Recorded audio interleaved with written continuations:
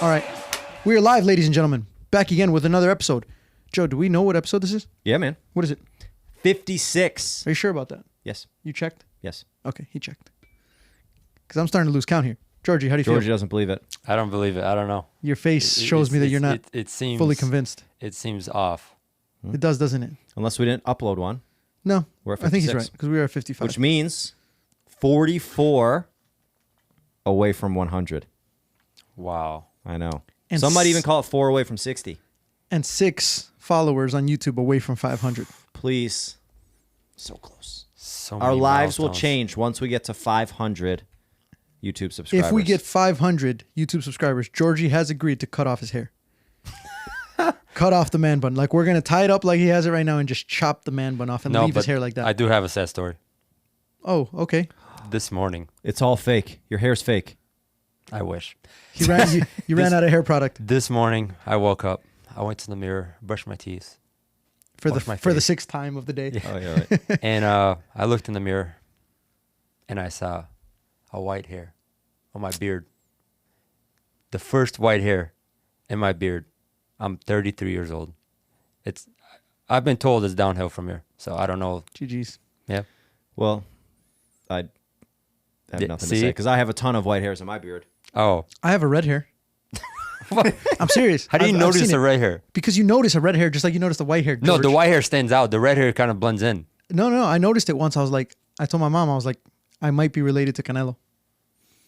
It makes sense because now that I think about like my boxing abilities back in high school, You guys do have the same makes sense. body type. me and Canelo, Yeah, for sure. same skin tone too. All right, let's get on with it before we've already lost anybody who's willing to stay And here. we're and 2 watch minutes in. us. So first of all, before we go into the pre-cap, shout outs. What do we got? Anything? Shout out to my white hair. That's it. Joe? Nothing today. No shout outs. All right. You I got got anything? I got no shout outs either. Shout out to Javi's Verizon Oh people. yeah, I will shout out Verizon because I want my money back. The whole outage, I was on the road for 6.5 hours with no cellular connectivity whatsoever, and obviously I was on the road, so I couldn't connect to Wi-Fi or anything. My GPS wasn't working. It was a nightmare. First world problems. First world problem. I want my money back. I reached out to them. I did send them a message. Did you? Yeah, I did. You're probably one of the only people that did, so you'll probably get some. I didn't even tell them. You know, it says describe your problem or whatever when you give them feedback. I didn't even describe the problem because they know what the problem is. You just put a picture of the Verizon I was like, logo. you guys know what the issue is. I just want my money back. I'm just here to tell you that I want my money back because you guys know what the issue is. But anyway, let's move on. So we got the pre-cap. Fantasy Premier League. Joe's going to update us with some of the standings. Georgie, once again, doesn't look happy. He had a good week. Georgie had a good Did week. I? You made some good transfers in, and yeah, you made a good week. You just giving up? He's just mad because He's he knows paying somebody. Clearly, Georgie doesn't Yeah. run his own team. He's paying somebody to run his he's team. also upset because he didn't have Cole Palmer on his team this week. Yeah. It is wild to think you scored a lot of points without Cole Palmer. Good job. We have the Premier League roundup, Champions League roundup, because there was a couple big Champions League games today. We have a question of the day today, which I think is a good one. It's a good one for us to debate a little bit. We have the sports card segment, and we have fun facts segment, Wow. which does involve play today. our boys, the Arsenal. We're cruising, huh? So, Joe, why don't you start us off with the Fantasy Premier League? We'll start Where at the we at? bottom, work our way to the top. We'll give the bottom 5 names just to shame those that are struggling because it just seems like the right thing to do. Then we'll prop out the people at the top. Then we'll keep it moving. But I feel like this group has been on the bottom. This individual's been on the bottom the entire time. Class on grass. Chris still sitting at the bottom in last place and had a struggling week this week. Long season, plenty of time. Might want to make some moves. Ponte, Las Pilas Pod, second you. to last. Told you. Javi's favorite acronym, OMW, 2FYB. Third from the bottom, Man Dog. Fourth from the bottom, and NIT, NIT, FC. Fifth from the bottom in 170th place. Sitting at a whopping 239 points. Then we head to the top. I do have to shout out Georgie. He's cracked the top 10 with a back in strong there? week of 676 points.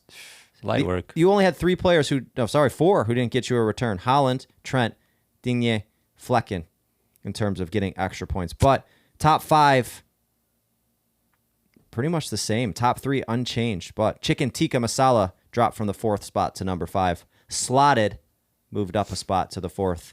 Then we've got the GOAT team in 3rd, the Konate Kid in 2nd, and then with a decent lead, 453 points, Darlo Puñas. Still hard for me to say.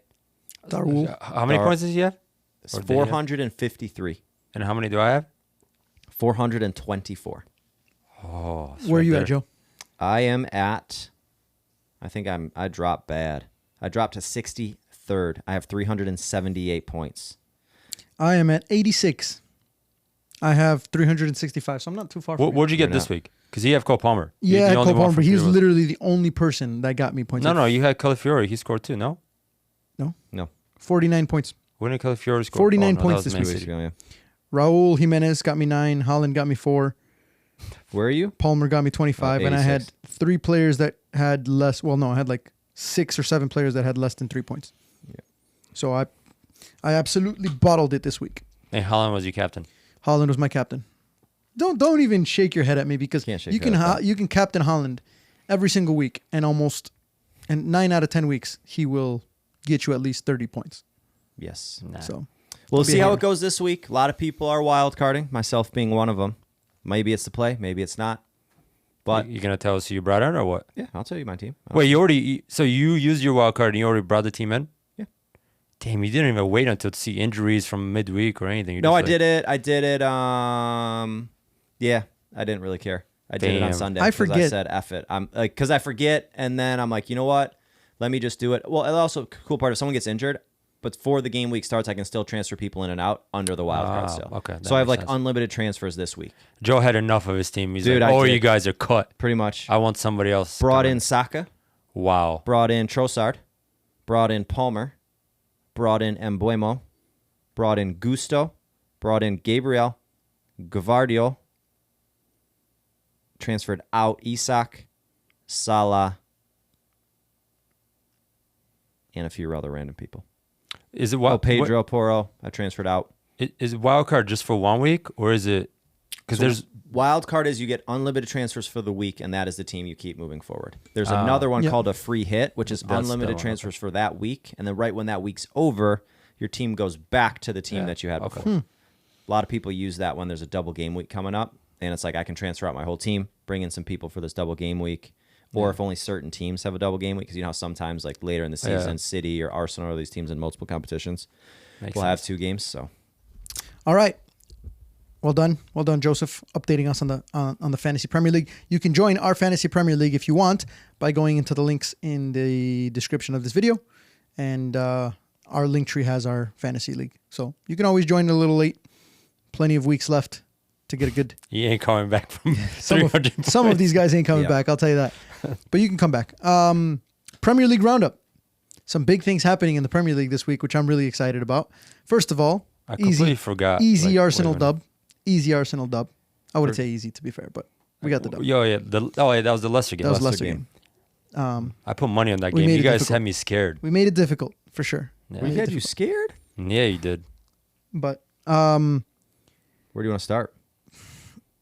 so I think we'll talk about the big one in a little bit. But first one, Cole Palmer, unbelievable, 4 goals, Baller. 4 goals against Brighton.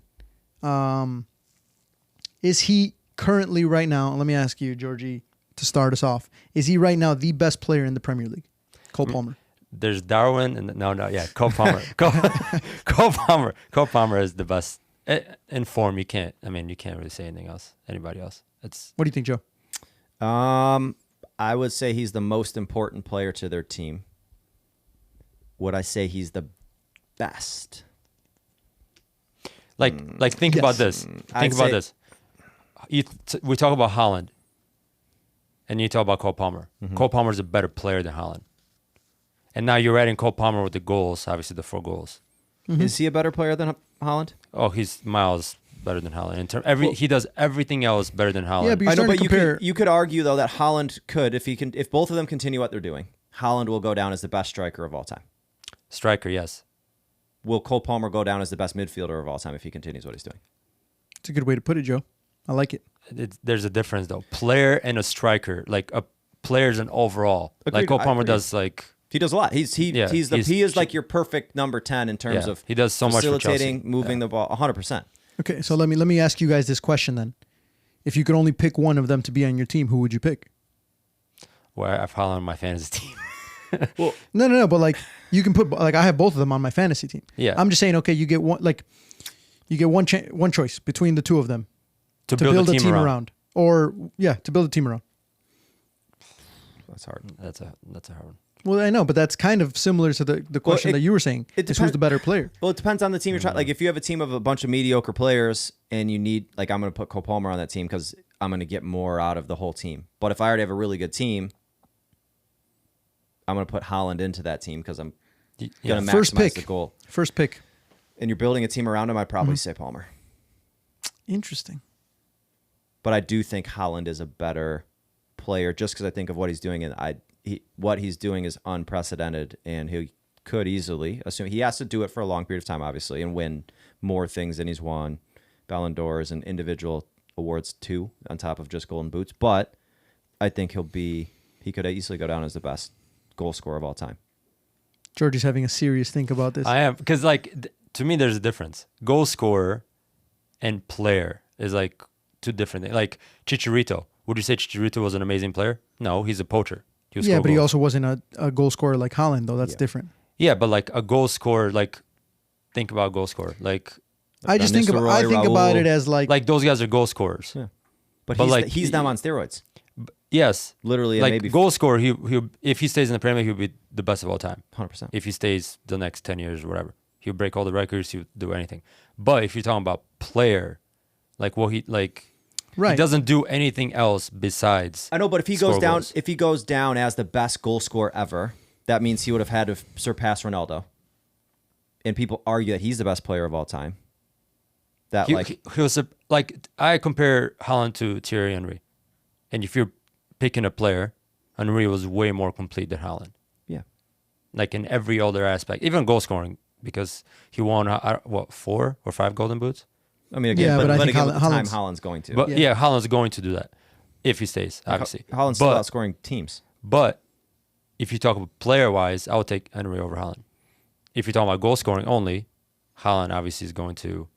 Like Thierry Henry brings a lot more to the overall game in your team than Haaland does.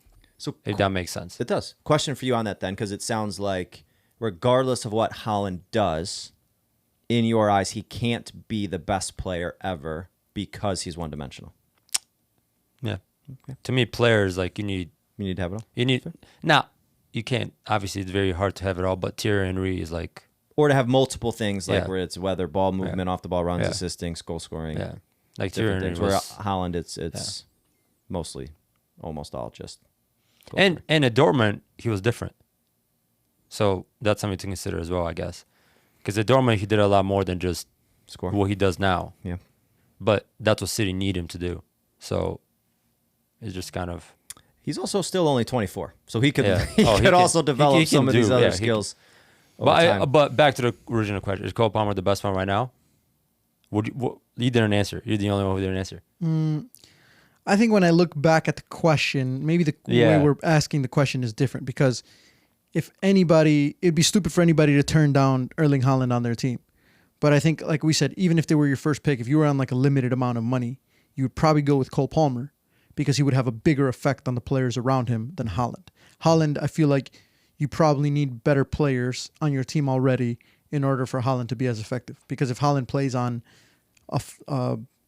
Wolves or West Ham or one of those teams, I don't think he scores anywhere near as many goals as he does at Manchester City. Sure. Not saying that he's not like top class, because I think he's top class, but I think that Manchester City obviously really brings his abilities out to like their maximum. Where I think as Cole Palmer will just make the team better around him. He's just Cole Palmer's been extremely playing at a high level recently. Yeah. But Haaland is just like also the thing about Palmer is that like just recently we're also comparing different timelines. Like Erling Haaland's done it for 2 seasons now. He's on his third. Palmer's this is probably like last season and this season is he's done a good job, but I don't think he's been an absolute game changer almost every single match. Where I think Erling Haaland will go like five matches in a row of being like a game changer, and then like one where he's like terrible, and you don't think he should be a professional athlete. If that makes sense. Player by like Roy Keane. Honestly, right? Like he does that where he goes completely missing one game, and then there's like 3 games in a row where it's like he scored 2 or 3 hat tricks in a row or whatever each week, and players are tired of signing all those balls and stuff like that. Yeah. It's a tough question. It's also hard to compare because you're comparing 2 completely different positions. Yeah. But now the reason why we're starting to compare it is because Cole Palmer is starting to score goals, which is you're getting into Haaland territory when you talk about scoring goals. Yeah. But do you think there's 4 goals in a game for him? I don't want to say it's a fluke because it's and a half. 4. You're right? True, 4.5. 4 goals. Do you think it's like that was a fluke where kind of just all the stars aligned, or do you think you can, if you're a Chelsea fan or an FPL person, thinking I can get Cole Palmer's going to be scoring goals consistently? Because if you look at the season, I think he only has 6 goals, 4 come in one half.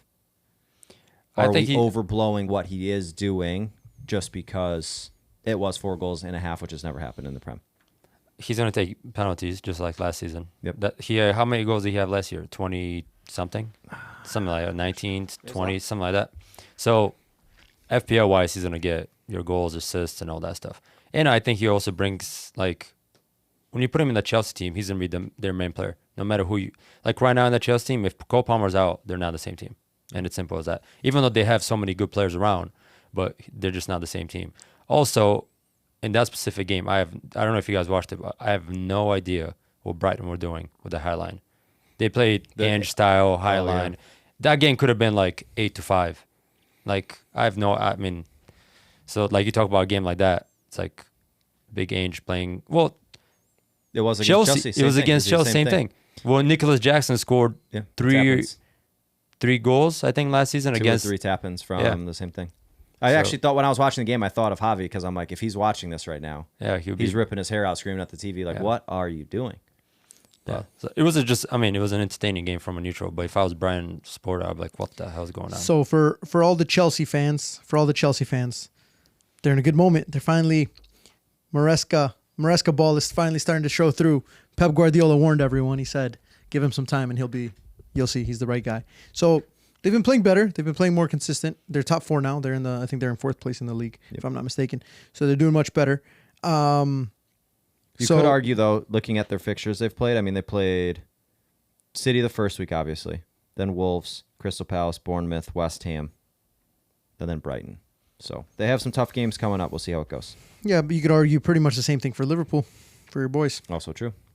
Which, let's just get straight into that game because your boy Arne Slot destroyed Manchester United. Did you see what he said? Yeah, we haven't played any big teams. We haven't played any big teams. He knows what he's doing. Let's be honest. Man United are not a big team. Not right now. No. They're just a name. Let's be honest. Yeah. You know who they are? I'll tell you who they are. They're Liverpool 10 years ago. When you guys were using your history, when you guys were like, this is our year, this is our year. And everybody was like, history. Liverpool weren't even to that level because we didn't win trophies. At least Man United are winning the FA Cup. So you were saying Liverpool's worse than Man United? Yeah, 10 years ago. 10 years.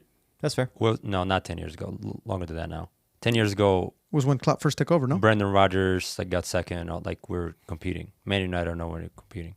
That's right. Okay, so maybe a little bit longer. Like Roy Hodgson era. But it was just that whole people gave Liverpool fans so much shit for history. That's all you guys have right now. That's all you guys have. Whereas Manchester United, that's the point where they're at right now. But they're finished. They're sitting 13th place in the Prem right now. Yep. And fans are still backing. Listen, we need to address this. I forgot to mention last time. All the people. I'm going to tag these people. I forgot to do it. All the comments we got in the last video about Man United two podcasts ago when we talked about Ten Hag, just about trophies and all that. Mm-hmm. We got a bunch of comments. I don't know if Javi wants to read it, but all these guys came in the comments. They're like, he needs time. Alex Ferguson needed 7 or 8 years before he won anything. Blah blah blah. Trophies. Listen. First of all, this is not 30 years ago. I was going to say, the times have changed. Times have changed. Alex Ferguson did not spend $500 million plus. Actually, way more now. Bringing all his old players. And all of them are absolute garbage the way they're playing. Yep. I mean, that Spurs game, I didn't watch it, but Javi was, because I had, more important things like a Sunday league. That's way more important than watching Manchester United. But Javi was telling me how bad it was, and then everybody on just all over the place was saying how bad they were. Even Mark Goldbridge, the guy who will die for Manchester United were saying even their red card, it didn't matter. We would have got destroyed because that's how bad the whole first half was. Yeah. So, look, I've been saying all along, I'm Ten Hag in. Ten Hag in for forever. Give him a lifetime contract. But what I hope is they destroy Porto on Thursday, 5-0, something like that. Just he's back. They're good. He's back, yes. And then they win the weekend, whoever they play. I don't know who they're playing. International break. They're playing Villa. And then they go into national break. Everybody's feeling good. Yes, Manchester United is back. They're going to get hyped up. Everything's good. Everything's rosy. Back down. Typical Manchester United style. It's been happening for 2 years or 3 years now, and I want to keep it going. So please keep him. I love it. I love it. I saw an interview with one of the fans after the match, and he was like spot on with his analysis, and he was saying you can't keep defending Ten Hag when he's had 3 years and there still is no style of play, no identifiable style of play. And he's like, and then you got Arne Slot who comes in to a team that's rebuilding, and within 6 weeks or whatever, the first weeks of the Premier League, you already know exactly how they're playing. Same thing with Chelsea. Like, we gave Chelsea shit for how they were trying to play, but I even said this in one of my videos, is that at least there's style of play that Chelsea are trying to play. Yeah. And now, obviously, it's starting to work out. They're top 4. All things are great. Manchester United. I don't know how you can defend him. You can say whatever you want about these trophies and stuff. You're sitting in 13th place, and there's no light at the end of the tunnel. And Ten Hag, like you said, just weasels his way in every single week because he gets 1 or 2 good results, and then he's got a couple shit ones, and then people forget from the 1 or 2 good results that he gets. But Manchester United, shambles. First of all, let me also say this. So we'll go straight into this game. Manchester United against Tottenham, 3-0 loss. Georgie's point is true and correct.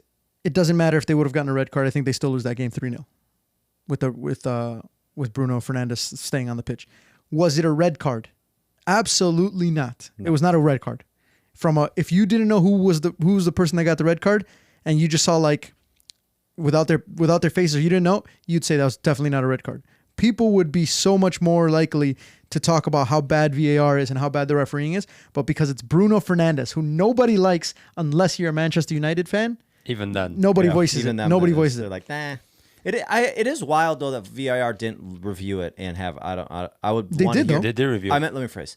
Didn't change the call. Review it and change the call because it's like it was really bad. Clear and obvious. That's the problem. It was clear and obviously not a red card in my opinion. Like it was. But there's nothing more clear and obvious than what is not a red card. And my buddy sent me. He was a Man United fan. Sent me the thing. He goes, just so you know, Arsenal aren't cheats. But he said the exact same thing you did. He goes, it doesn't matter. We're terrible. We would have lost the game anyways. But yeah, it was wild. The VAR should be able to review that. But the reason why they can't is because the referee says he caught him, and they're saying yes, he did. He did catch him high. So it's not like it was a clear and obvious error in that situation. It's obviously not a red card worthy of a tackle, but you can't really over referee or whatever. But it got rescinded today, so it doesn't really matter. The red card got rescinded? Yep. Oh, I He's didn't see available that. next game. Oh, okay, because it's a 3-game suspension originally, right? Mm-hmm. So that's fair. That's fair. I think that's the right. That's the right. Yeah. That game was at Old Trafford too, wasn't it? They got Villa next at the weekend. They got Porto Thursday. For Villa, do you know? I'll look it up. I saw Villa home. But I saw the I guess it doesn't matter for the either way. If they're at home or away, they struggle. Yeah. I saw the Van de Ven goal, or not? Sorry, the assist that he gave to Johnson. And somebody on Twitter, it was great. Somebody on Twitter put like, Van de Ven intercepts the ball, dribbles past 85 million, then past 55 million, then past 25 million, and then finally past 45 million to slot it to Johnson for a tap in.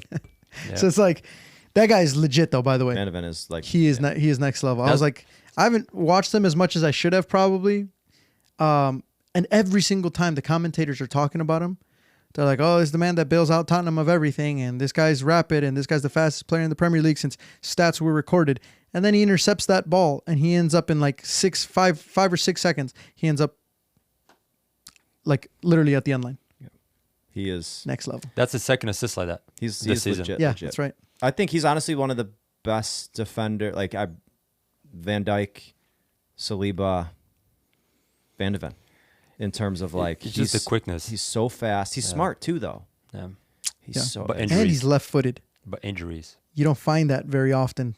A left-footed He's gotten player. injured once, twice. He's only been there for a short time, so I know he was there for last year and he was out for 2 months, 3 months. That was a hamstring, I think, right? Yep. And it's going to be hamstring injuries nonstop because of that. Yeah. Because When you're that fast and your muscles are that long. And especially when Big Andrew's trying to put you at half and all these balls are getting playing behind just so you can bail literally the Spurs out. Hey, man, that's why. Well, how much did they pay for him? I don't know. I'll tell you who he's a perfect fit for. Manchester City. You tell me that he's not the perfect fit for Manchester City. He is Kyle Walker. He could be Kyle Walker 2.0. Yeah.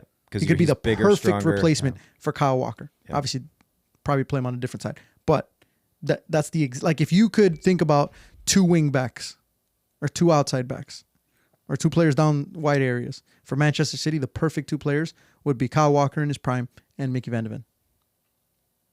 What do you not like my boy Guardiola? Guardiola's not bad, but he's not special. Dang, I don't think I special. disagree with that. I don't think special. I think Guardiola's special. Not defensively as much. He's a good defender, but I think he's special going forward. I think Guardiola's more of a 6, honestly, the more and more I watch him play. Like I would if I was coaching him, I would want him to get it. Is the goal he scored against Newcastle? Yeah. There's strikers in the Prem that mess that up.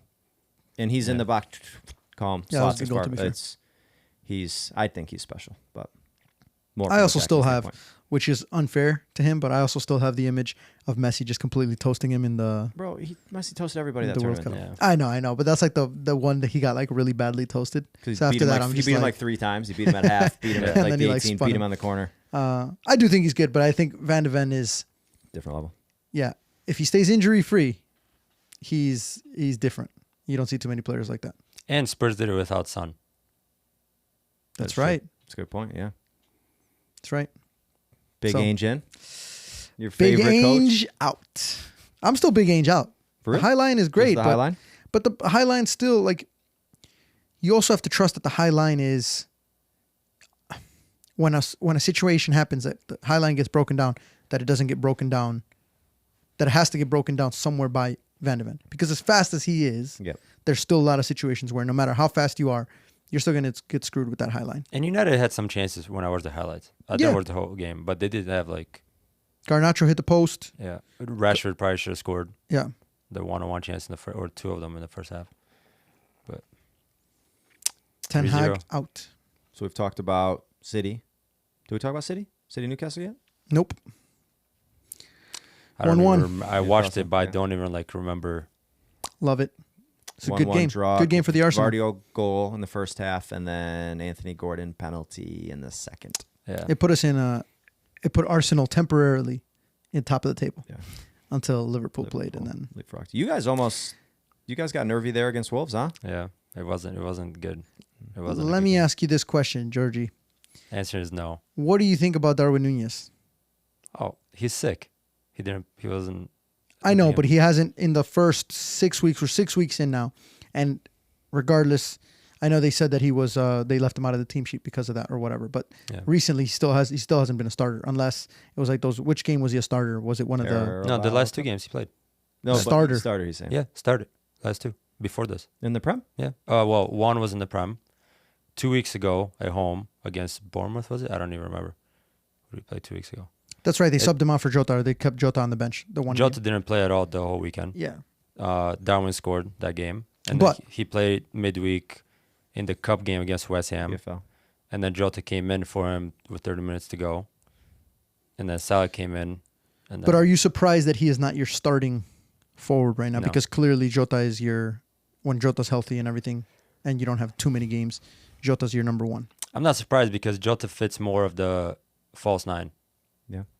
He comes in, controls the ball more, and then especially how Diaz started. I think if Diaz wouldn't have started that like that, Darren would have played more, and Jota would have been on the left side.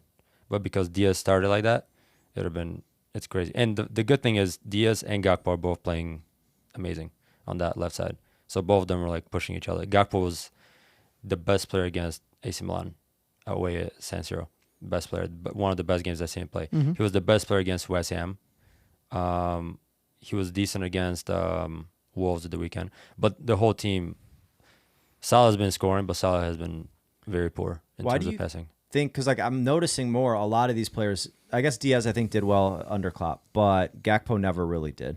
Different position. Klopp played him as a center forward. Gakpo When he came in, yeah, right. Yeah, and Yeah, as a 10. so who did you have then off the? I swear he was sub for Diaz often. Because who else would you rotate out there? Jota played on the left hand side because But Darwin- Jota also played up top too. he did. It was when then Salah came out because African Cup of Nations last year.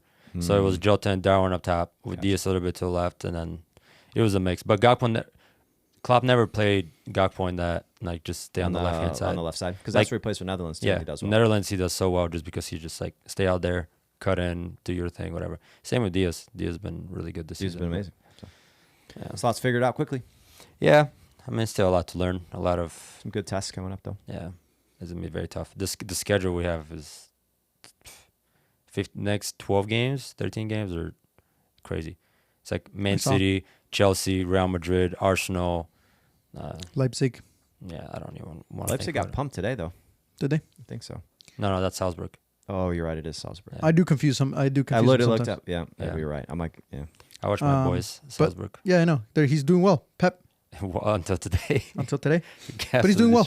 Yeah. He's been doing well. He started really well. Yeah, in the league, and then All right, let's move on to the Champions League. You don't want to talk about Arsenal Leicester, huh? did you guys watch? I didn't watch it. I just the only reason is because we also were going to talk about Arsenal now in the Champions League. That's right. Okay. So Wait. When we left it. We left it late against Leicester. We left Yeah. it very late against Leicester. Joe started saving I that was game. coaching. I watched the whole game.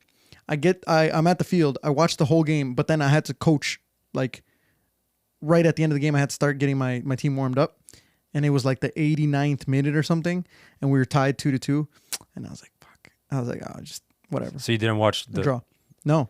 So you had the bad luck. And so honestly, say that's him. and so Don't then I watch let any it more go, games. and then like 5 minutes later, when we're warming up or whatever, I just go real quick to check the score, and I'm like 4-2. So I put the game back on, and I just rewind it to see the goals and stuff. Damn. on, boys. While your Come kids on, are boys. warming up. Wow. Yep, Priorities. priorities. Damn Listen, right. we got to talk about Bournemouth. That's my favorite second team. They beat Southampton 3-1. Yeah, but Southampton, everyone is beating but- Southampton right now. My boy Ariel is doing magic over there, man. You like him, huh? I like him a lot. I like Semenyo, their attacking player. I like Evan Nilsson. They just bought from Porto to replace Solanke. Good They team. still got man. my boy Kluivert. Is he still playing or what? Yeah, he came out the bench. He's good too. You say you Devin added Nunes. 2 Bournemouth players on your FPL team, and both. Damn. Both got you points. I saw that you posted a tweet that you needed them to do well because they're in your fantasy, and I was like, that's an interesting pick, to be honest. Took out Isak and took out Joao Pedro because he was injured. I was gonna take out. Last second, I changed my mind. I was gonna take out Gordon, and I was like, you know what? Gordon's decent. He's gonna do good against City. He always does. Scores a pen. You did. And he just got the contract extension, I believe, or Yeah. he's about to sign the contract extension. Yep. Good for him. I could see them selling Isak at this point, just because he's always injured. Still, he'll get you goals. And for a team like Newcastle, Isak has been instrumental, in my goals. opinion. He's struggled this year though. Yeah, he has. 6 games. Everyone no goes goals. through a little bit of a... Yeah. Yeah, But but if you can sell him still for some good money, we'll see. Would you take him in Arsenal? Would I take him? Oh, well, We were actually just talking about this earlier. Yep. That okay, 70 million. no, 50 million at most. Yep, 50 mil was the cutoff. Because Oh, they're not I was saying selling this too. 50 Because we I were know, saying yeah. like Yeah. we're saying like the way that Kai Havertz has been playing recently has been solving the issue that we've had for a while, which is we don't have a striker. We don't have a striker. Everybody's saying that. The way Kai Havertz is playing, we have a striker. His name's Kai Havertz. So now you start thinking you can bring somebody else in who is either going to be like a replacement to Kai Havertz, but we don't need to spend crazy amounts of money in order to do that because we have Kai Havertz. So we were talking, we said 50 million would be, that's how much we would be comfortable in paying. Because I said this to Joe, was like, if that's the case, if we're going to spend 60, 70 mil to bring in somebody who's going to compete with Kai Havertz that we're not even sure is going to be better than Kai Havertz, we would have just kept Eddie Nketiah. We would have just kept him. But you don't think Isak is better than Havertz? What he's saying is that Havertz is it worth to spend the money to get no guarantees, and then what do you do with Havertz? Because then you have to displace him and move him, Then you have problems. and then Like- you have to move him somewhere else because you're not just going to not play him. Because I think he's he's very influential to the way we play. Technically, you could play him in the 10 because now. Yeah, Odegaard's but out. we got Marino back today. He played. Yeah. Yeah. And I mean, that's Odegaard's position. And we're gonna get so like Odegaard, yes, Havertz could play there in the short term while Odegaard's out, but long term. long term, big games, you have everybody fit. if you sign Isak and you have Havertz, Isn't it who crazy starts? though how things change? What's changed? No, like a Oh, year how- ago, we're talking about how like you guys Need a would striker, love need a striker. Isak. You need a striker, need a striker. Yeah. I mean, it's the same thing. But Like that's in also- Liverpool. Like Havertz for the is six. Havertz has just proven what. I mean, his goal today, Yeah, the header. gorgeous header. It's also because he's been playing. Yeah, he's been playing so Yeah. much better. Yeah, he's So in the end Summer of the day, transfer window, I told you Yeah. we need a striker. We need a striker. And the way Kai Havertz is playing, it's like, okay, we don't need a striker Yeah. anymore because Kai Havertz is doing it. I mean, it's just how it goes. I mean, I said we needed a 6, and Gravenberch is it's been amazing. Exactly. It's been arguably like your most. who the hell is this guy? Zubimendi, Dude, who? he's Who is the yeah? So it's I don't know. It's how it would go. Something. Maybe these coaches know something. I don't know. Maybe they do in the end. You also have to. There's a little bit of hope involved because I guarantee you, even Yeah. Arne Slot did not expect Gravenberg to be as good as he is, Yeah. and you just had to play him there because you didn't get anybody else. And then you give players opportunities, and some of them will actually take them. Yeah. improve So- and yeah, Essentially, show how prove you right wrong, were as right? a coach. So let's go into the Champions League then. Arsenal making it look easy against PSG, except for like a 20 minute spell, I think. In the first half, right? In the second half, when it was like the 65th minute, we made a couple changes, they made a couple changes, and then they were kind of, we were defending quite a bit, but man, we looked good. We almost scored another one. I was telling this to Joe. I was like, every couple years or every few years, Arsenal scores a wonder goal where it's like a bunch of one-touch passes, and we almost did that today. It was like one-touch pass down the corner, another one up in the air, and then Kai Havertz like lofts it over a defender into Martinelli for the one-time finish, and he smashes it right at Donnarumma. Martinelli style. Yep. I also said this to Joe. I was like, Arteta's like trying to give him confidence because he's been giving him a lot of playing time. Yeah. Where like, I get it, you're also trying to rotate players, but he hasn't been consistently as good as he was. He's in the getting past. better though. He scored on the weekend. He Mhm. got an assist against City. I know it was just like pass back to Calafiori, but it still counts. So I think he's slowly getting there. I also think too though, he's starting him because like who else are you going to start there? With Odegaard out, Trossard's playing in the 10. And I don't think he trusts Sterling enough. Sterling not getting really any minutes. That's what I was surprised at. I would have thought that by now, Sterling would have had at least one or two starts. Yeah. And the fact that he didn't even play him today, too. Which, fair enough, because today he didn't need to play him, I don't think. And it was good to get players like Mikel Merino finally makes his debut for Arsenal. I think the problem with Sterling is off the ball. Like the reason why I'm never worried about Martinelli is because the guy's gonna run his ass off, so it doesn't really matter. And like defending, he's helping yeah, out the outside like, backs. Yeah. and I mean, you guys know I like players like that. So like whether he gets the goals and assists, obviously you want him to just because he's up there. But is it really that important when Havertz, when Odegaard, obviously when he's injured now, but all those players are getting the goals and assists? Saka, Trossard, Gabriel. Like we it doesn't get our really goals matter. scorers, yeah. Like Martinelli is not really like your guy for goal scoring or assists. Is he gonna get you some? And is he supposed to because he's up there? Of course. But I think the reason Arteta likes him so much and plays him is because of off the ball, how much it works up and down. Sterling's never gonna do that. Sterling's never gonna. I don't know. I feel work like if his you gave gave him a chance, he would because of the culture at Arsenal. And he has Like- to, otherwise he won't play. Yeah. I That- think it's one of those teams at Arsenal where everyone knows like you have to be willing to sacrifice for the team in order to do well. And I don't think Arsenal will accept anybody who's not going to work hard. Yeah. Unless, and not even then, I would say the only person I would say is like you give Odegaard a little bit more freedom not to have to defend as much. And he still defends and he still goes crazy. Yeah. But like, I just don't think Raheem Sterling would step into this Arsenal squad and not work his ass off defensively as well. I think that's the only reason he's not playing. There's no other reason why you wouldn't give him more time. Yeah. Especially when you're rotating him, right? Yeah, especially did he play in the EFL game? Did he start? He's played in almost every single. Well, He started in that the one? last like No, three or he four. hasn't started yet. The last 3 or 4 games, he's played almost every single game. This was the first one in a while I don't think he's played. Yeah. But he hasn't started yet. But he's played like the last 20, 30 minutes or whatever. He gets subbed in or a little bit less. Like the EFL game, I remember I texted you this. I was like, that's the game I would have just Why is told he not about starting Saka, yet? like just, I was actually mad that I'm like, why are we starting Saka again? that's what I told him He too. played for 60 or 70 minutes. But, So I'm like, bro. and you have let him Sterling, like rest. EFL, like just let Sterling play. And we were Especially- up 2-0, I think, at halftime. I was like, And okay, it's- perfect. Sub Saka, Yeah. give him a full hat. But nope, I don't know. Doesn't matter. But PSG What do to we me, PSG are one. I'm not a fan of Luis Enrique. I don't think he's in the same. I view Dang, him. He's gonna say it. He's gonna say it. J-Lo. J-Lo. Him and J-Lo are the same to me. This guy, first of all, this guy texted me the other day, and he's like, "What's going on with your boy J-Lo?" And I was like, "I'm thinking Jennifer Lopez," and I'm like, "My boy J-Lo, what the hell?" Boy. All right, so let's just for the people out here, specifically our boy Thomas, who's a West Ham fan. What is it about Julen Lopetegui that you absolutely hate? He's trash. I have no idea how he got this job at West Ham. I have no clue how. Thomas put in a good word, bro. Probably. And all the West Ham fans, on this podcast, episode after episode after episode, we said, be careful what you wish for. Yep. And David Moyes out. David Moyes out. What was David Moyes going to do?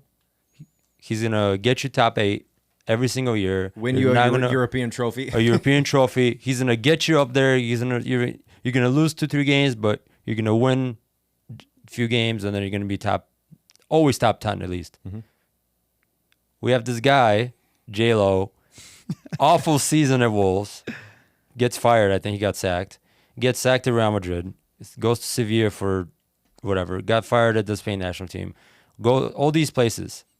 And has done, look, obviously he's a good manager because he's getting paid millions. But when you compare him to all the other options they could have went for, I think he's terrible. So on top of that, he subbed out Kudus a half the last game. So that there's already problems in the locker room with this guy. I'm telling you, I said it before season started, he's getting sacked by the winter break, by January. And I still think he's going to get sacked.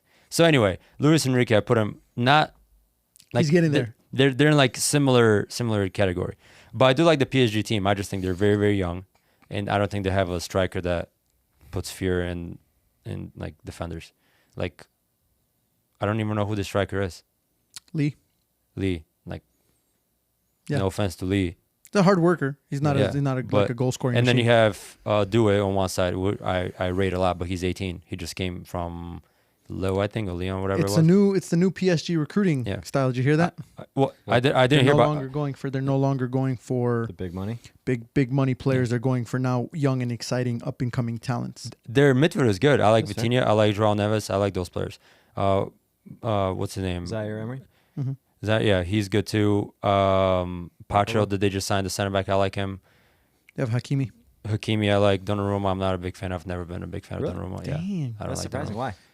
I think he does good at like national teams. I don't think he's at the club level he's ever been. Yeah, fair. Even the second goal he let in against Arsenal was weak.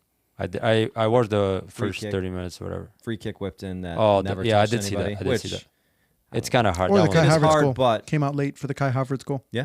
Yeah, and I like what's his name, Barcola. Mm-hmm. I like him too, but that they're not one.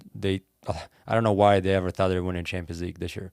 There's no chance. They have zero. PSG? Yeah, With this No, team but they have? they're- No. But this is a rebuilding year for them. yeah. It's gonna be a rebuild. And like I said, I like their team. I just don't think like if you were at like a Osimhen on that team, and you're like, oh, that's a striker that teams would fear, and like all these young, exciting players that can get the ball and take players on and all that, it would be a bit of a different story. Even Mbappe, if Mbappe was on this team, I think they would have been a lot better, obviously, because he's one of the best in the world. But I think they're just missing that attacking, like a goal scorer type of player. So Do you think they get out of this group, No. or do you think they'll be one of the teams that gets auto-eliminated? Because they do have a tough run of games, too. Like, I think the hardest. I think they're going to finish from 9 to 24. Yeah.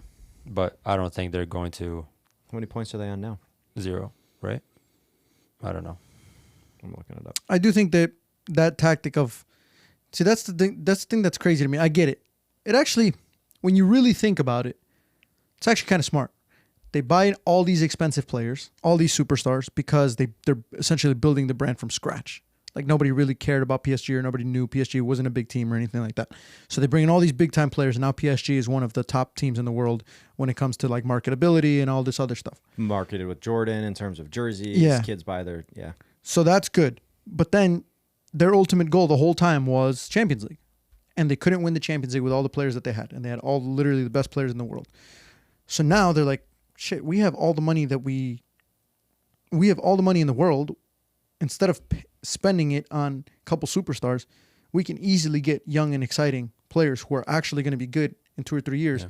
That not only are they going to help us actually get closer to winning the Champions League, but they actually will help us make our money back, because when we sell them, we can actually get more than what we paid for them. Yeah. And we're not going to settle for all the shit that goes on with some of the big superstars where eventually they just lose their value over time. Like think about, I think Mbappe was a free, they lost Mbappe to Real Madrid on a free transfer, right? Mm-hmm. All of them free. They lost Messi, but Messi, they got him free anyway because he was Yeah. the whole Barcelona situation.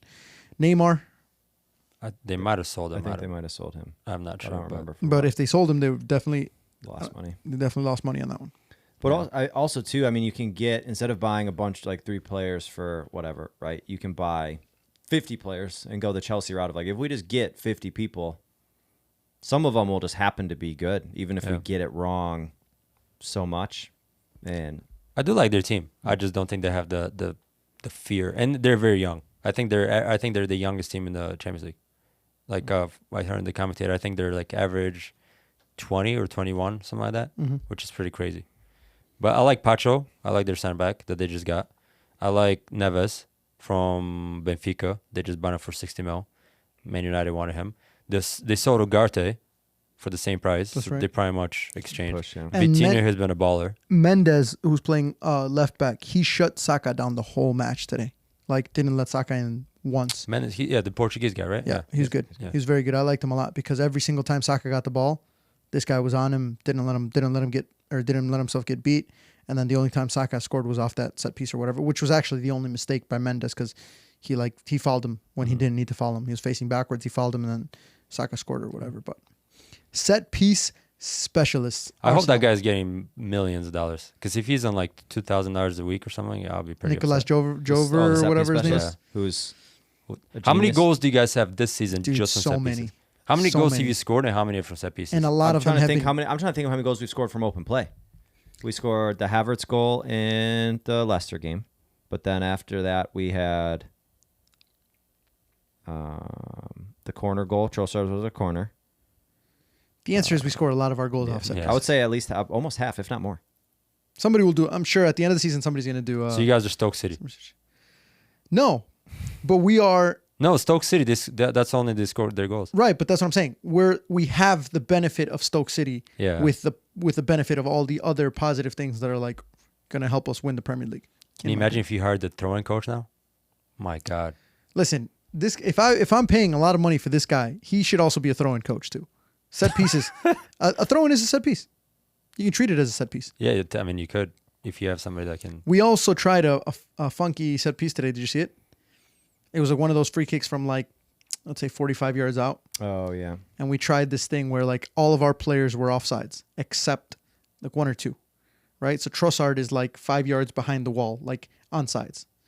And all the players, you think that as soon as Saka raises his hand, they're all going to jump back on sides, right? They stay offsides. And as soon as he like puts his hand down, they did a quick little pass or whatever. Trossard runs in behind and they play that ball. And so the intention was they play the ball into Trossard. And then because of all of our guys who were offsides initially, when the ball gets to Trossard, he just cuts it back across the box. And all of our guys who are offsides are not marked and they're free. We just messed up the pass. But it actually would have worked. It would have worked really if well. Saka, he overhit it. He overhit it. Yeah. He like rolled it to Rice, stopped it. But Trossard was by himself and those guys were all by themselves in the box. We had like 7 players. I need to figure out how much this guy's getting paid because I don't think it's enough. Honestly, he might, if we win the Premier League at the end of the season, a lot of people say it's because of him. Oh, Because if you take 100%, his influence out, I don't think we win the Premier League. So if we do or we don't, it's a different story. But if we do, they'll give that credit to that guy. 100%. He'll get a big time raise. He will get a big time raise. I know coaches in the Premier League don't really make that much though. It's weird, like the assistant and all that. I remember when Kerry got the job at Manchester United when he was assistant, he was like on like $3,000 a week. It's like, which It's a lot of money, but for how much, for what they're used to making and how much time they commit away from their families, and traveling. then compared to like the main people, like there's also so many of them though. You can't pay them all. that's true. Like that's the hard part because That if is you're the paying cool- them all like $1 million just in your staff, you're paying You 50 million. Yeah. That is the cool thing because the main coach obviously gets what he wants because that's who negotiates. Everybody else is pretty much just happy to make a really good living. Mm-hmm. They're not big names. They're not like they can't just ask, oh, I want this much or whatever. But they know that they're going to be well taken care of. Mm-hmm. Yeah. And it's kind of cool because if you watch the documentary with Tottenham when they brought Conte in, he's in a meeting with I don't know if it was the Levy guy or whatever, or it was somebody else. Bald guy. Yeah. Yeah. But he was in a meeting with one of them, and they're like, okay, so who's on your staff? And then he's like, the guy's like taking notes, and he's like, yeah, so I got my brother, who's this? I got this guy, who's this? I got this guy, who's this? And he's basically just giving him a list of everyone who's going to be on his staff, so they could presumably have conversations about salaries and stuff with all of the people. But that must be so cool. That's what I always thought was really cool about being an assistant coach is if you get lucky and you work for somebody who's good, people are very loyal to their staff members. A lot of these coaches will have, it's not like they show up to a job and they're like, oh, all right, who's my assistant coach? Like they have a team of people. They bring with them. Set piece coach. Like wherever Arteta goes, Nicholas Jover's going with him. Yeah. So that's kind of cool for those guys is that like when you get sacked, it sucks because you get sacked for the fact that your head coach did a bad job. But you know, as soon as he gets a job, you got a job as well. Yeah. That's what I was hoping, Javi, with you, man. I was hoping we could ride your Yeah, I fell coattails, off. you know, to I the fell prem. off. I fell off. Here Joe, I'm we sorry. are recording podcasts in your attic. Javi is Sam Allardyce. Damn right. Damn. I Well, at least you're not David Moyes. I will say this. I could have marketed myself much better with the resume that I had. He had I could've- offers. He didn't want to go. Yeah, but I had offers that I gladly did not take, and I do not regret not taking. Nisa offers. Don't take any Nisa offers. I'll tell you guys that right now. Don't take any Nisa offers ever, Joe. All right? I don't even know what you're saying. Exactly. See? My point proven. But no, that is kind of cool. That is kind of cool how these, like Nicholas Jover, he's set for life. That guy's set for life. As long as Arteta wants to be in football, Nicholas Jover's going to have a job You as think set piece anyone's coach. going to come, Real Madrid, come try and poach him? And would he Oh, leave? poach. Yeah. Absolutely. I don't think he leaves. Like, because what, loyalty to Arteta in terms of like Loyalty's a big one. getting him on the map Yeah. type thing? Where was he before? City. That's what I meant. Was he at City? Who? Jover? Yeah. Really? That's what, yeah. Arteta, I think that's what I read is that, let me double check it now, but that they met at City and then Arteta brought him with him. But Because there's he no knew way he how was a good he was. set piece coach there. Could have been. Why not? I don't think City had. Pep always talks about they don't have set piece coaches. Maybe he was just an Maybe assistant. maybe he's in a Maybe he's different just role, another video assistant. video But I could be analyst or wrong. something like that. Because I remember Pep made a comment about set piece coach or something. I don't know. They also have been a little bit more prevalent now versus 5 years ago. They probably weren't Yeah. anywhere near as prevalent. But I like him a lot, man. What is that? 4 points out of 2 games for Arsenal? Yeah. Yeah, he was a set piece coach at City from 2019 to 2021. Wow. So they just let him. What? I don't even remember City being good at set pieces. Yeah, but it's also the effect that the coach wants to give. As like, I wonder if Pep was probably like, "I'm sorry, but you don't need to work with the team 6 times a week on set Yeah. pieces. Yeah. Like you'll get them on Tuesdays and that's it."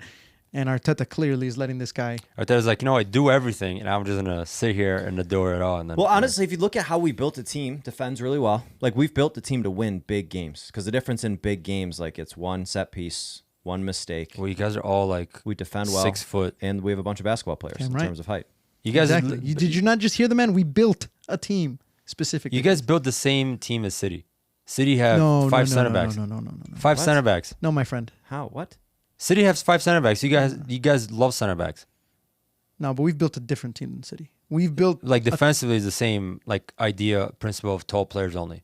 no, but we have What are you talking about? Kyle Walker's not tall. City have John And he Stones, starts every game for Akanji, them. Guardiola, Ruben Diaz. You could make the argument. Most center backs in the Premier League are tall. Yeah, but they don't all Outside play of at the same Lisandro time. Martinez, Lisandro How many Eagle Martinez. center backs on your back line started today? Calafiori is a center back by trade. Timbers. So we've started 3. 3. Usually, who else? Ben White. So He we normally was would never. start Ben White on the right, Timber on the left. So we're starting 2 No, center backs. Calafiori was always going to come in. No, and we take- just had this conversation earlier. When Ben White is healthy, I can almost guarantee you Calafiori does not start. no chance he does not start now. He's Uh-huh. He's literally when Ben White is changing- healthy, yeah. When Ben White Because- is healthy, you're not picking Calafiori over Ben White. bruv, 100%. bruv. We'll see. Calafiori changes your game. No. He can play in that defensive mid role. Did So you does see him? Timber. So does Timber. Yeah, but Calafiori is miles ahead. Bruh. Of Timber? Not of Timber, Ben White. But again, the way that we play, you want Ben White because he attacks with Saka and he overlaps. You're not. I would. Well, bet he money might on this. because he's played That there for 3 years now. Ben White, when healthy, will start on the right. Timber will start on the left, And the only reason why Calafiori is playing so much right now is you don't have you don't have Zinchenko, you don't have Tomiyasu. And Ben White. Ben White's still hurt. And Ben White. Don't put those two in the same sentence, Calafiori. I don't think Arteta wanted to start Calafiori so soon in these big games, but he was forced to do so because of injuries. Like you're not. Wait. So you think if Tomiyasu was not Zinchenko, but I do think if Tomiyasu was healthy in that City game, we might have seen Tomiyasu instead of Calafiori starting. No, I don't see that. And if you look at the goals, like Calafiori, he's good, but he also makes some mistakes. He's just slow. He's slow. Like Hakimi destroyed him today on that. Yeah, that's why we were talking about. Yeah. In a perfect, if you gave Mikel Arteta a back line of four and said, who are your best four? Who make up your best four? It would be Ben White on the right. It would be Gabriel and Saliba in the middle. And it would be Jurrien Timber on the left. Because Jurrien Timber has been playing out of his mind recently. Today included. He just felt he had like a muscle thing, injury. Whatever. He's better than Calafiori, in my opinion, because we don't need both of our outside backs to be inverted. We just need one of them. And that one is Timber. Timber, out of all of them, is the best one at being the inverted one. He's also a great defender, and he gives us more in the attack. Phenomenal on the ball. Ben White, the reason why Ben White is on the right is because Ben White is the best, I think he's personally the best 1-versus-1 defender in the Premier League, aside from Van Dijk, from Virgil van Dijk. When it comes to being isolated on the wing, Ben White never gets beat. Whereas Calafiori scares me a little bit. Calafiori gets beat. So I think that's why you keep Ben White there, because you're not going to beat him 1v1. Jurrien Timber gives you a little bit more of an attack, and it's a little bit, and that's the way it works best for Arteta. Calafiori has some holes in his game that I've noticed in the first few matches. He does great to get up. He's athletic, but he's not the fastest player. No, he's far from the fastest, though. And he's great on the ball. Yeah. Can score some bangers. And he's tall. He's gonna battle. He's gonna get into tackles. He's gonna be good at times. You guys don't deserve Calafiori, man. You guys don't respect my guy. I forgot. That's why you rate him so high, because he would have started for you. He's legit, but again, he's a good player. He's not. I don't know. Ben White, when healthy, I actually think Ben White has been the weakest out of all your defenders this season. What? Disagree. Well, he hasn't played. Well, the first 4 games, I think he was the weakest out of all your defenders. I think we have a weakness, my friend. Ben White was. Our back line is the best back line in the entire Premier League. What was the game that you guys struggled? The Brighton? Leicester. Ben White wasn't healthy. No, not Leicester. It was. We tied Brighton. Brighton tie with the red card, the Declan Rice red card. It was a game I didn't watch. Villa, away, 2-0 win. The only games we struggled in were City, Brighton, and Leicester. So half of them. I watched Ben White get absolutely destroyed one game, nonstop. What? I don't know what you're talking about. Let me read you the. I think Ben White has been the weakest this season when I watched Arsenal play. Yeah, but you're also, even if that was true, his Timber's weakness, been your best. His like outside back. We played Wolves week 1. He did not get destroyed there. I don't think, unless that's one. I watched. But like, then even we if played that was Aston Villa away. I don't know if that was the one where Watkins and Bailey. No, I don't know. Even if he was the weakest one, he still is better than almost anyone in the Premier League. Like, our back line is still played better than almost anyone in the Premier League. I would. And maybe the reason why he's the would weakest start one is for because me. everyone else in the back line has been absolutely phenomenal, like unbelievable. Yeah. Saliba and Gabriel together are the best center back partnership in the world right now. Yes, it is. Yes, they are. Yes, they are. Don't give me that, George. Who Don't is? give me that. Konate and Van Dijk. Don't give me that shite. I dream of those 30 yards every night. Oh, against Haaland. And it happened against Atalanta as well. They just got lucky. Atalanta is a hard game for anyone.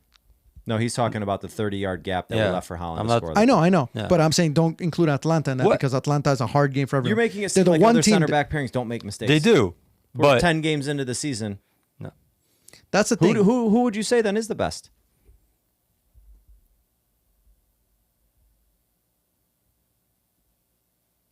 I'm trying to think of who is I know injured. who. Delict, Martinez.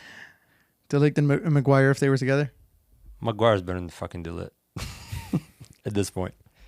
Dillit is not. Come on, you got to admit, partnership and back line, those two things. Well, the best center back line's back different. partnership and the best back line. In both of those categories, Arsenal has been the best one in the world right now. Backline is different to center back partnership. Right. Because saying- back he's saying line- two completely he's saying- separate categories. But backline, your backline is different to other people's backline. Your backline is a lot of the midfield do a lot of the work for the backline because of your style of play. Like Martinelli, like I talked about, tracking back. Have the players, like you watch, I mean, it's a weird example, Chelsea. Their attacking players don't ever nearly like do the work that Martinelli would do. Or Saka. Even yeah, Saka but does a lot of work. you're complicating this again. I'm just talking about forget about what everyone does. Well, you If you have to think about who because has that's the your best style. who has the best back line right now, who's been playing as well as anybody else.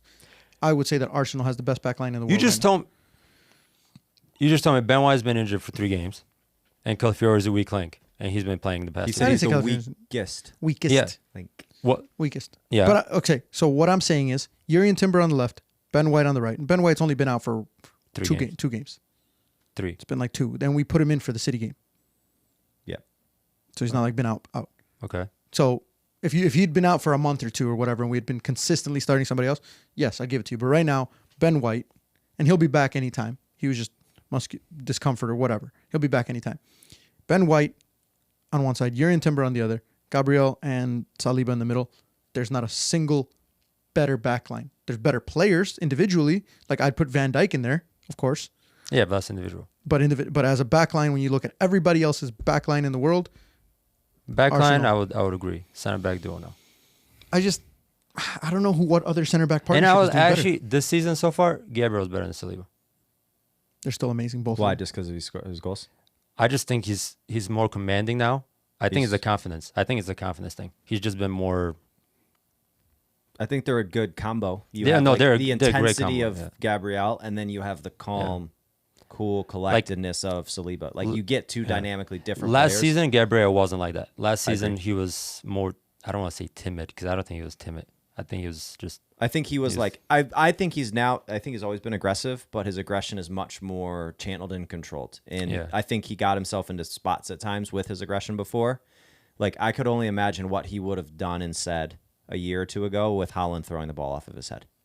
Yeah. And I think he's much more mature in how he handles it, and he just kind of He just didn't know what happened. Well, I that's mean, true. even after the fact, in terms of like, because he found out. I guarantee he found out like a minute later when someone told him, Yeah. or after the game. But All right.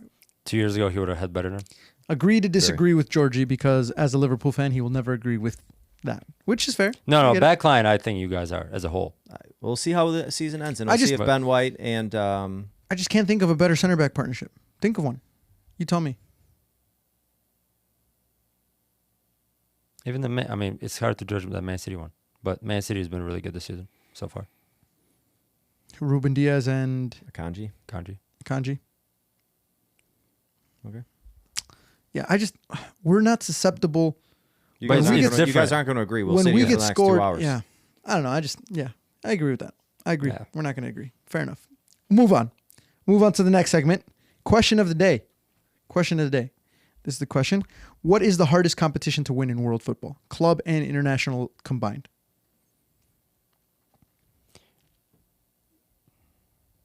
Like, is Premier League, La Liga too different? Yeah. So you could say Premier League, you could say La Liga, you could Oh. say the Euros, you could say the World Cup, you could say the Club World Cup, you could say whatever, Copa America, you could say Premier the League. African. Really? Because Ten Hag can win the Champions League the way he plays.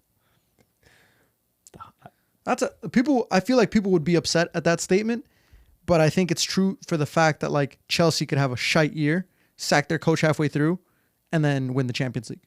The reason why I say Champions League is, this is a new format, so I don't know how this is. I think so far has been pretty boring. Really? Because 2 games in, some teams are like, oh, we lost 2 games, but it doesn't really matter. We have 6 more. It's like, okay. In a group stage game, you're like, shit, we lost 2 games. We need to win the next whatever. Yeah, but I to have a disagree with chance. that. So I don't know. Like right now, I also think a lot of these teams are trying to really race against playing those extra games. That's the thing I think. Like, I would mean, be that an could be it. interesting I don't know. twist, but- I'm yet to see how this one goes. So like the Ten Hag statement with this one might be different. But you put Ten Hag in a Europa League, he can win it just because his style like suits him that. And that's a 8 games to win pretty much, and you have the whole year to just prepare for that. So like, So you think the Premier Premier League is harder to win than the Champions League and the World Cup? Interesting. It's a fair statement. It's fair. It's a long season, 38 games. Yeah, that's the reason, because you have to be Mentally draining, consistent, physically draining. and you get no now breaks, really. now they get like a week break, whatever they do in February. But Mhm. yeah, for the most part, they don't get breaks. You have nonstop international breaks throughout. Yeah, fair. I will say this though. I actually, as a fan, think the Champions League is much more entertaining this year because I want to watch the games because I feel like I'm watching an extension of the Premier League. Like when I look at Arsenal playing against PSG, I think of Arsenal playing PSG in a table because it is a table. And I think of them like every week we look forward to the Premier League, right? The games at the weekend because they affect the standings and all that. That's how I feel with watching the Champions League. Whereas before, I was like, they play the same three teams twice. We already know Arsenal's going to qualify for the next round. So why am I going to watch those first four games or whatever? Yeah. I'll just I start watching in the knockout stages. Whereas here now I'm like, ooh, PSG's and that's also the cool thing. We don't get to see Arsenal PSG almost ever. Mm-hmm. So the fact that we get to see that is fun, but it also again it makes me feel like I would do a fantasy team for the Champions League because it's like a whole nother league. Yeah. I will say it's genius, I think, on UEFA's part in terms of like stopping the whole Super League talk, because now you see these big games. We'll see big games like this every year. Because they just made the Super League. They just made it 100%, and they just changed the tournament they had and made it more of a Super League, which I thought was really, really smart. I do agree with you, though. It is a little bit too early to tell. Early signs, though, I'm pretty excited for it. To answer your question, to me, I would have to go with the World Cup for a few different reasons. One, in your lifetime as a coach or a player, you only have a handful of times, especially as a player, you'll be in the age range to win it. And then if you look at some of the best players of all time, I think Messi and Ronaldo, prime example, between the two of them, they've won one. And you have to be in the right form. You have to not be injured. That happens once every 4 years. And you do have to get kind of lucky to win. Like, I think Argentina either had fate on their side, refs on their side, whatever you could say, but like could have easily gotten bounced by the Netherlands in penalties. They beat another team, I think, in penalties to France. Did they win the final in penalties? No, they won. No, because Martinez made that crazy save to win the game, right? No, that was to go to overtime. Because if France scored that, they win. I think they did win in penalties. Yeah, they won in penalties because Martinez. I have no idea. How do we not remember the World Cup? I don't know. I don't remember what happened in the Premier League 3 days ago. But like, I guess just for how infrequent it happens is one of my reasons why I think it's so hard to win. You need the stars to align on so many things. So much so, I mean, some of the top countries have only won it. Or so many, I shouldn't say top countries. Great countries have only won it 0 or 1 time. Spain's won it 1 time. Yeah, I guess it makes England's sense because you don't really coach it. Like, you do coach it, but you don't really coach it. I don't know. What do you mean? Like like national tournaments, you don't really coach. Maybe that. Yeah, you don't like employ a system of play. Like, you don't have time to. Yeah, it's more about motivation and getting the players wanting like. So in that sense, yes, it's harder because you don't have the time. But then it's like, that's a reason why I don't like it. Mm-hmm. Obviously, I love the World Cup, but I don't like it because you don't really see the full potential of what it could be. It's like if you gave them 3 months of run up to the World Cup would look drastically different, and your top countries would probably perform better because they have clear styles of play with the players that they have. And then again, the stars literally have to align for a player not to be hurt the last 2 weeks of the Premier League or their seasons, and then it's like if they're carrying an injury, you're just pretty much screwed. Yeah, like Neymar didn't play or whatever. Yeah. Like all these. I agree with Joe. I think for all the factors of just how hard it is to get to a World Cup, and not only do you have to be one of the best players, but you have to be I don't know, the player pool is much different, where you can go to any other, in the Premier League, like you could play for multiple clubs and still have a pretty good chance of maybe not winning, but being one of the top clubs. Whereas in a World Cup, you have to be like the best out of all of your, let's say there's 20 or 30 other people in your position or whatever from one nation that you have to be better than. So you have to be the best in your country. I don't know. It's that just getting to a World Cup is difficult. Injuries and all that stuff aside, it's so difficult. The frequency of it, you only get it every 4 years instead of obviously every 1 year or every 2 years for some of these other Oh, tournaments. don't worry, they're coming with every 2 years soon. That's so what they want to do, but I hope they don't. the that'd be players good. are going to vote against it. Well, every player that's speaking about injuries is getting injured. So Mm-hmm. But I also think if you really look at it, you could limit it down to, and you could be like 95% right. You could pick 5 countries to win the World Cup, and it's almost always going to be one of those 5 countries. In a span of 30 years or something like that, you can count on one hand how many teams other than those 5 have won the World Cup. But you can count on one hand how many teams have won the World Cup. Brazil, France. In our lifetime, Brazil, France, Spain, Argentina. Argentina. And I think that's it. Because 94 was... Oh, and Brazil. or you said Brazil. I did say Brazil? I think I you think said so. Brazil. So because you have... Cause Brazil, Germany. Germany Oh, Germany hasn't won in our Oh lifetime. yeah, they won the Euros, right? Or No, they won- Germany won. Germany Oh, won you're right. in- They won in Brazil. in Brazil. Yeah, So there's your 5. yeah. Brazil, Argentina, Germany, France, Spain. Oh, Italy. Italy. So technically around 6. So 6 teams in our lifetime. Mm-hmm. Interesting and that question. was, and 2 of those countries won their first in our lifetime, France and Spain. Let us know. Let us know in the comment section down below. What do you think? What is the hardest competition to win? How many teams have won the Premier League in the last 20 years? A lot more than 6. Leicester, City, Liverpool, 20 years? yeah. Arsenal? United, Arsenal. United.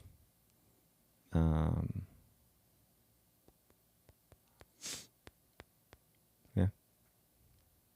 That's crazy. Fair point. So that is a fair Wait, point. no, there has to be more. There has to be more. Leicester, Chelsea, Liverpool. Did you Oh, say yeah, Liverpool? we didn't say Chelsea. Leicester, Chelsea, Man City, Man United, Liverpool. Arsenal, Liverpool. 6. So about same. Georgie's onto something here. That's weird. But again, but how many players have won? Like, I guess when you ask the question, what's easier? Are you talking about a club or Yeah, a player? Because it's a different question. is, Because it it's is. like some of those players have won 10. Not 10, but like 5 or 4. And we're talking about Man United winning a lot. City winning. Well, But- I guess it's the same with the World Cup. But then you run into the argument people will say is like, if you're lucky enough to be born in a country that's really good, you have a higher chance of winning it than if you were playing at a club. It's different. Like for Aubameyang example- has 0% chance of winning the World Yeah. Cup and has some percent chance of winning the Premier League. yeah. Yeah, but like exactly that. But like also, think about some of the players that you look and you're like, you've won a World Cup, and you realize like they're not that great of players, Yeah. and they won a World Cup. Like Romero.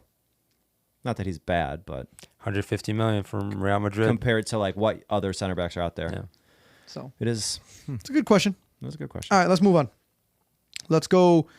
Sports card segment, Joe's favorite segment. Let's get it. Dun dun dun dun dun. I've been doing my research. No, I haven't.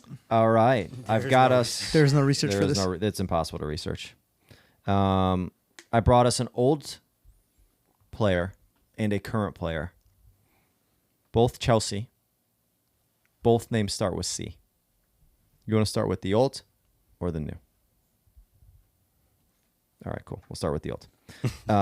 Cesc Fabregas. How much did Cesc Fabregas' highest costing soccer card sell for? Technically, this was actually a sticker. A Panini sticker. So that makes it even worse. Like max 2,000. 3,200. You guys are both really close. 2,500. Damn, you beat me by a little bit, right? Technically, I went over some. So somebody technically- paid 2,500 for a sticker. Mhm. Dope. That they probably put in their Panini. Or they The put it in the little fridge. Panini booklet. Yeah, Yep. and then you just have it there for Forever. I mean, if you have money. Fabregas is he's a player like one of those like the streets won't forget. Mhm. So like there's some people that are like there's some kids that probably Cesc Fabregas was their idol growing up. He was so good. He was amazing. He was so good. Brilliant. Everywhere he played. He's one of the few people, too, I think, that like everywhere he went, He's been liked. he's been liked. He's played well. Arsenal, Barca, Monaco, Chelsea. Like he's And now he class. coaches Como. class. Yeah. That's Class right. player. Class player. Cole Palmer. How'd you know? Cole This Palmer is going to be an interesting round because he just came onto the scene. Like, recently. Speaking of like how hard it is to win a World Cup, think how crazy it is. Cole Palmer, arguably one of the best players in the world right now, could barely get on the field in the Euros for his country. Not by his fault. Not due to his fault. Oh, for Southgate sure. to United. Is Cole Palmer the glue that brings England together and can connect all the dots and make them great? I don't know. Could. He could. He's good. How much did his highest priced sport card sell for? Cole Palmer. I feel just because the celebration is going to be like, I don't know, 7,000. Okay. I'm gonna say 5,000. Georgie wins again. $9,000. I was going to say 10, and I was like, you know what? It might not be 10. Someone will go 7. Yeah. That's great. Just because of the celebration. The card is probably his celebration. I don't know that, but he's legit, man. No, he's good. He's good. All right, cool. God. And then let's finish it off with the fun facts. Yeah, I got a. You doing question format, quizzing us, or just Yeah, I'll quiz it. I'll leave it'll be a blank, so you have to fill in the blank. how many goals were scored in the game between the Faroe Islands and New No, Guinea? it'll be simpler than that. I did tell you it involved our boys at Arsenal, didn't I? You did, so it's not going to be simple. Wow. right. Cheating going on. I Here we didn't go. know about this. Fill in the blank. Ready? In 1992, blank from the 4th tier beat reigning league champions Arsenal 2-1 in one of the biggest ever FA Cup upsets. It's a team we know. What league are they in now? Can you give us that hint? No, Are they in the Prem? no, Championship? no. League One. Wrexham. Ding, ding, ding, ding, ding, ding, ding. Wrexham. Was it In Wrexham? 1992, Wrexham from the 4th tier beat reigning league champions Arsenal 2-1 in one of the biggest ever FA Cup upsets. That's crazy. That is crazy. Those are the kinds of games, though, that might be the reason why Ryan Reynolds and what's the guy's name? Rob McElhenney. Yeah, McElhenney have invested in that club because of those historic nights that people talk about as to why they're such a historic club. Mm-hmm. And Could You be. watched it? You ever watched the show? which Welcome one? to Wrexham? I did, but you know what? You know what I did? I fucked up. I watched it, right? So I watched the first episode. And I'm like thinking that they're gonna do like one of those like flashbacks. You know how they start at the end and then they kind of like go back to the beginning, how it all started. The episode ends, and I look and it says like season 4 or whatever the last season was, last episode of the season. And I was like, I didn't click on it by accident, but for whatever reason, I did click on it by accident, and I watched the last episode of the last season. You should still watch it. It's good. It's good. I know, but now I know how it's gonna happen. Well, they're also a year delayed, so you can naturally know what is going to happen anyways. Yeah. But it's Yeah, different. like if you start now, you already know they're in the, Yeah. like. I already know, like at the end they lose the last game or whatever it is and stuff like that. But I will watch. They just I like, played. like Who they watching. play? Tom Brady's team, Birmingham, Yeah. and all the stars were at the game, and everybody's going wild, like League One, like all the big actors. Crazy. It is really cool to Athletes are- see like all these actors and celebrities like from America who know nothing about it really get into it, you know? So They said they're losing money though, right? Wrexham is. Yeah. Yeah, but they're definitely losing money. You have to lose money to climb up the ranks, and then once you get to the top, that's when you win your money back. Because and I don't think they're losing money, because I guarantee you, what the club is worth now versus what it was worth when they took over is big. So if they wanted to sell it, they'd make a shit ton of money. they're losing cash flow monthly, but in But- terms of the club, Yeah. I feel like it's one of the things you own like a sports team. You lose money the whole time you own it But as soon as until you sell it, yeah. and then you get money back times X. So Liverpool owners bought them for 300K or 300 million. They're 4 billion or whatever. it's so crazy. It's insane how much. 10 years. Gosh, can you imagine like the amount of money you're turning? Like $330 million is an insane amount of money. 4.4 billion But think about is this. drastic. Like This is the funny part. Luton Town are probably not Luton Town now, but like let's say Bournemouth are probably worth 100 million now, or maybe 200. Michael B. Jordan, no one's part of them. Yeah, but like one play, like Neymar or like Coutinho to Barcelona was worth more than like All what of are the, Bournemouth. one of the lowest Premier League teams are. It's insane to think about like that. It's crazy. But that's why those are such good investment opportunities for those clubs. That's why people want to choose those kinds of clubs, because they know, like Newcastle, same thing. They can invest in that and they can make so much money that in the future, billions. if you could buy a team right now, would you buy in the Premier League, Championship, League One, League Two? League 2. So you can build it up. Because I don't have any more. Like, there's no. Or if I had an unlimited amount of money, which. Yeah, like and you're Probably a League businessman. Two.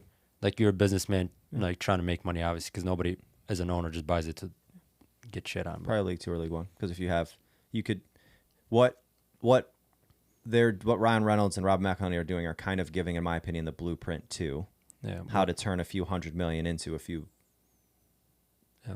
I don't know, Billion soon. like $1 billion or more, right? Because there's not many things in the world you can do that you can turn $100 million into $1 billion. And they're from Wales. And like you can. I That think- imagine if they make it to the Prem. No, that would be insane. Like, That's why I feel like I would take a team in the championship.